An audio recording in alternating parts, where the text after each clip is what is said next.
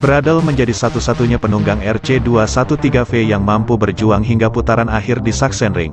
Setelah 11 tahun beruntun menguasai puncak podium, akhirnya hegemoni pabrikan Jepang itu runtuh.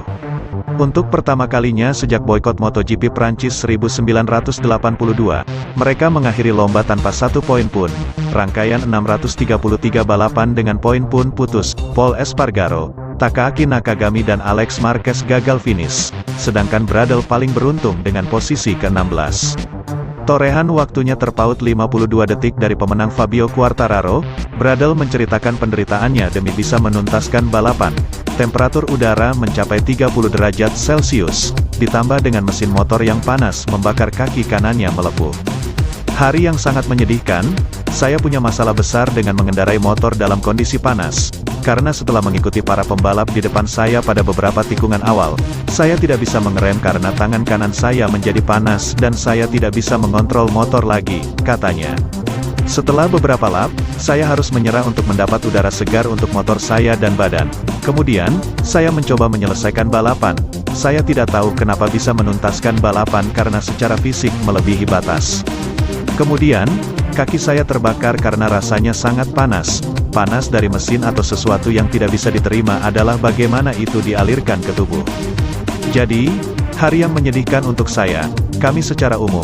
Tapi seperti sekarang, situasi ini tidak bisa diterima. Espargaro terpaksa menyerah usai kesulitan bernapas. Efek dari cedera tulang iga yang diperoleh saat kecelakaan di latihan bebas pertama. Kondisi itu membuat pembalap Spanyol tersebut sampai lupa kalau kakinya terbakar. Itu adalah akhir pekan yang berat, kecelakaan di FP1 dan cedera tulang iga, kemudian melewati akhir pekan dengan rasa sakit.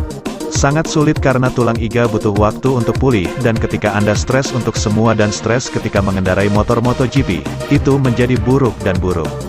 Sebelum balapan, saya disuntik, supaya bisa mengurangi rasa sakit saat balapan. Tapi dengan panas ini, sungguh tidak membantu. Ternyata itu malah makin meradang dan saya tidak bisa bernapas. Saya menjadi sedikit pusing, ditambah panas di kaki. Yang jadi problem yang kami alami saat ini di Honda sejak saya datang, itu sangat menyakitkan. Saya memutuskan untuk berhenti.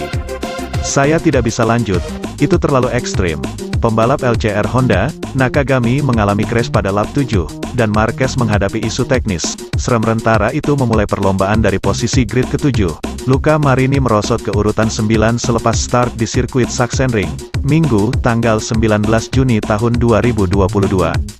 Namun, setelah bertarung keras, ia mampu finish P5. Itu merupakan hasil terbaik pembalap Muni VR46 Racing Team tersebut pada MotoGP 2022.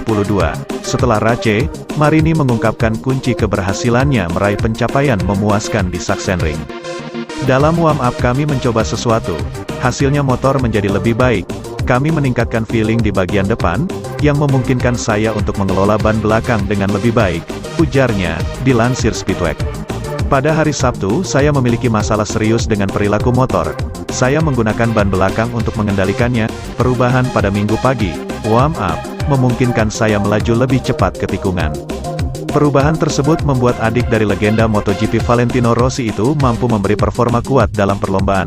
Luca Marini finish sekitar 11 detik di belakang pemenang, Fabio Quartararo. Saya sangat senang dengan kecepatan akhir pekan ini. Bagi saya, itu adalah pertama kalinya saya punya pace untuk bisa finish di podium. Sayangnya, kualifikasi tidak berjalan lancar, karena kami tak mendapat hasil ideal, katanya. Sayangnya, ada yang tidak beres saat itu. Penting untuk bisa start dari baris kedua. Saya akan mampu menyamai kecepatan Johan Zarco, meskipun mungkin saya tidak bisa mengalahkannya. Saya lihat data semua pembalap Ducati selama akhir pekan. Semua berkendara dengan mirip, hanya Pecco Bagnaia yang membuat perbedaan. Dia sangat kuat, lebih kencang di corner speed dan kadang mengerem lebih telat. Marini mengatakan kunci selama di Sachsenring adalah untuk tak menggunakan ban secara berlebihan. Menurutnya, hal itu dilakukan semua pembalap, karenanya, ia perlu menunggu sebelum menyerang.